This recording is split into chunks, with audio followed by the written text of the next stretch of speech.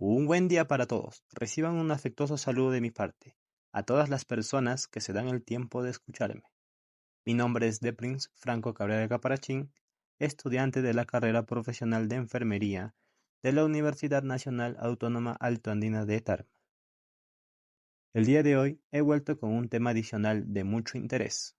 En esta oportunidad voy a explicar un ejemplo de un artículo científico para poderles guiar de tal manera que complementará con las pautas que en el podcast pasado hemos tratado de explicar. Y si no lo has visto, aquí te dejo el video. Así, con esto poder ejemplificar todas las dudas correspondientes al tema de poder realizar un artículo científico. Para este podcast hemos elegido un tema de interés, que también lo he realizado en uno de mis ensayos académicos, que es el virus Epstein-Barr en menores de edad. Para esto, en uno de los argumentos, he tenido que buscar un artículo científico con la misma temática. En este caso, primo infección por el virus Epstein-Barr en niños sanos, de la revista Anales de Pediatría. Muy bien, dicho todo esto, comencemos. En primer plano tenemos que ya tener el artículo científico y, en primer plano, tenemos ya el artículo científico. Y en su primera hoja está el título, que es la parte primordial donde genera interés al lector. En este artículo de ejemplo tenemos como título Primo infección por el virus de Epstein-Barr en niños sanos. Genera mucho interés y está muy sintetizado. Seguidamente está los nombres de los autores, que son los responsables de todo este arduo trabajo. Por ejemplo, tenemos a García Mónica, Jiménez Isabel, Manes Yolanda, Pariente Macarena, González Damiana y Calvo Fernando. Ellos van a ser los principales personajes en este artículo científico. Luego podemos observar el resumen, que presenta los aspectos más importantes y generales del trabajo. Está muy bien detallado de cada parte de todo el artículo, donde nosotros podemos leer y si nos es útil, ya podemos utilizarlo o quizá descartarlo.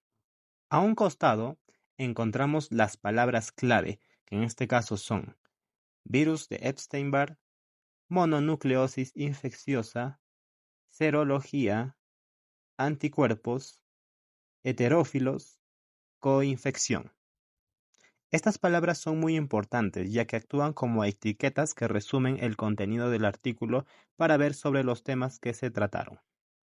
Seguidamente tenemos lo mismo, pero en otro idioma, en este caso el inglés, para que así sea más factible para todas las personas a nivel mundial.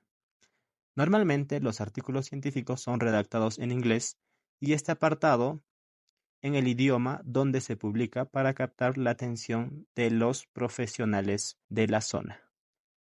Por consecuente tenemos ya la introducción, donde se detalla acerca del tema abordado. Voy a leer un resumen de la introducción de este artículo.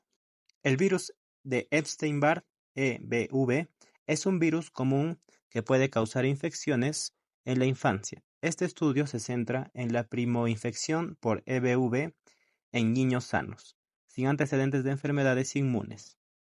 El objetivo principal es evaluar las características epidemiológicas, clínicas y de laboratorio de esta infección y cómo relacionan con la presentación clínica de los pacientes.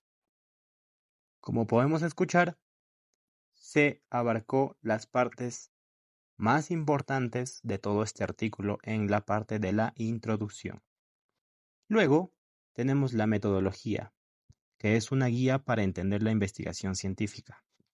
En este caso, la metodología de este artículo en resumen es que se llevó a cabo un estudio retrospectivo que incluyó a todos los niños de 0 a 15 años que presentaron IgM, hemoglobina M, positiva o indeterminada contra la cápside viral del EBV durante un periodo de 22 meses.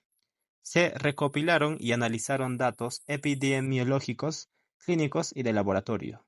Los síntomas se clasificaron en típicos, síndrome mononucleósico, y no típicos, y se compararon entre dos grupos. En esta parte tenemos también el diseño y ámbito del estudio, fuente de datos y el análisis estadístico. Luego pasamos al resultado. En esta sección se presentan los hallazgos de la investigación de manera concisa. Tenemos que en este artículo el siguiente resultado es: la población estudiada se incluyeron un total de 103 niños con una mediana de edad de 7 años, rango de 3 a 12,5 años. Presentación clínica. El 63% de los pacientes presentó síntomas típicos, caracterizados por un síndrome mononucleósico. El 37% mostró una presentación no típica, que se asoció con una edad significativa menor, P es igual a 0,03, y un menor uso de antibióticos, P es igual a 0,015. También tenemos en esta parte de la metodología un análisis descriptivo y comparativo. Comparación de grupos. Tenemos el grupo típico, los pacientes con síntomas típicos, síndrome mononucleósico, presentaron una mayor edad media y un uso más frecuente de antibióticos en comparación con el grupo no típico. Grupo no típico. Este grupo tuvo una edad media más baja y recibió menos tratamiento antibiótico, lo que sugiere que los síntomas menos evidentes pueden llevar a un menor uso de antibióticos. Datos de laboratorio. No se encontraron diferencias significativas en la mayoría de los parámetros analíticos entre los grupos, excepto en la PCR, que fue más alta en el grupo con síntomas típicos, P igual a 0,04.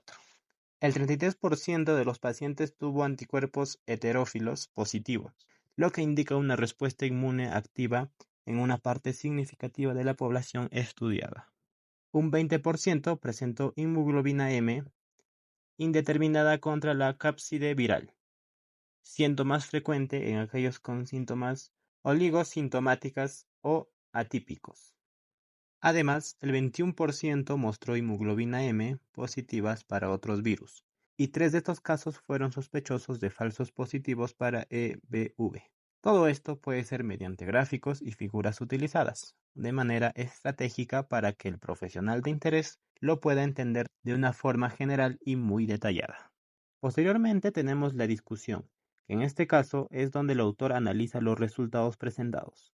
Como ejemplo, tenemos que la discusión de este artículo científico es el siguiente. Frecuencia de primera infección. La primera infección por EBV es común en la población infantil y a menudo se presenta con síntomas leves o atípicos, lo que puede llevar a una subestimación de su prevalencia. Influencia de la edad. Los niños con síntomas típicos tienden a ser mayores, mientras que los más jóvenes presentan síntomas menos evidentes. Esto sugiere que la edad puede influir en la manifestación clínica de la infección. Anticuerpos heterófilos. La baja tasa de anticuerpos heterófilos positivos, 33%, indica que la respuesta inmune puede no ser típica en todos los casos de infección por EBV, lo que podría complicar el diagnóstico. Hemoglobina M indeterminada. La presencia de hemoglobina indeterminada es un 20% de los pacientes, especialmente en aquellos con síntomas atípicos. Sugiere la necesidad de criterios más claros para el diagnóstico de la infección por EBV. Coinfección.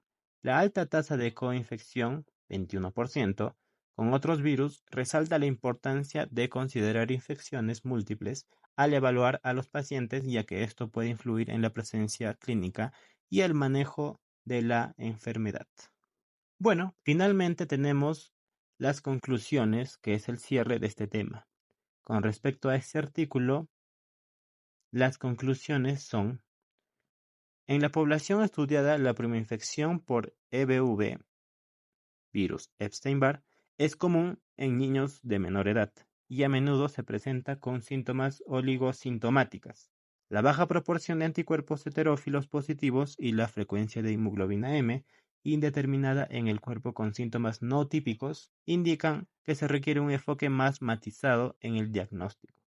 Además, la coinfección con otros virus es común y debe ser considerada en la evaluación clínica. Se recomienda realizar más investigaciones para entender mejor la relación entre la edad, la presencia clínica entre la edad, la presentación clínica y la respuesta inmune en la primoinfección por EBV, virus Epstein-Barr. García et al. 2019. Como hemos podido escuchar, todo este artículo sigue el formato IMRID: introducción, método, resultado y discusión. Todo citado y referenciado en Vancouver, ya que es un tema de salud. Muy bien, y así hemos explicado y realizado un ejemplo de un artículo científico. En este caso, es del curso de Metodología del Trabajo Científico a cargo de la magíster Jocelyn Erika Canchari Fierro. Espero haberles ayudado con estos detalles muy importantes. Mi nombre es de Prince Cabrera y con la misma me despido. Hasta otra oportunidad. Muchas gracias.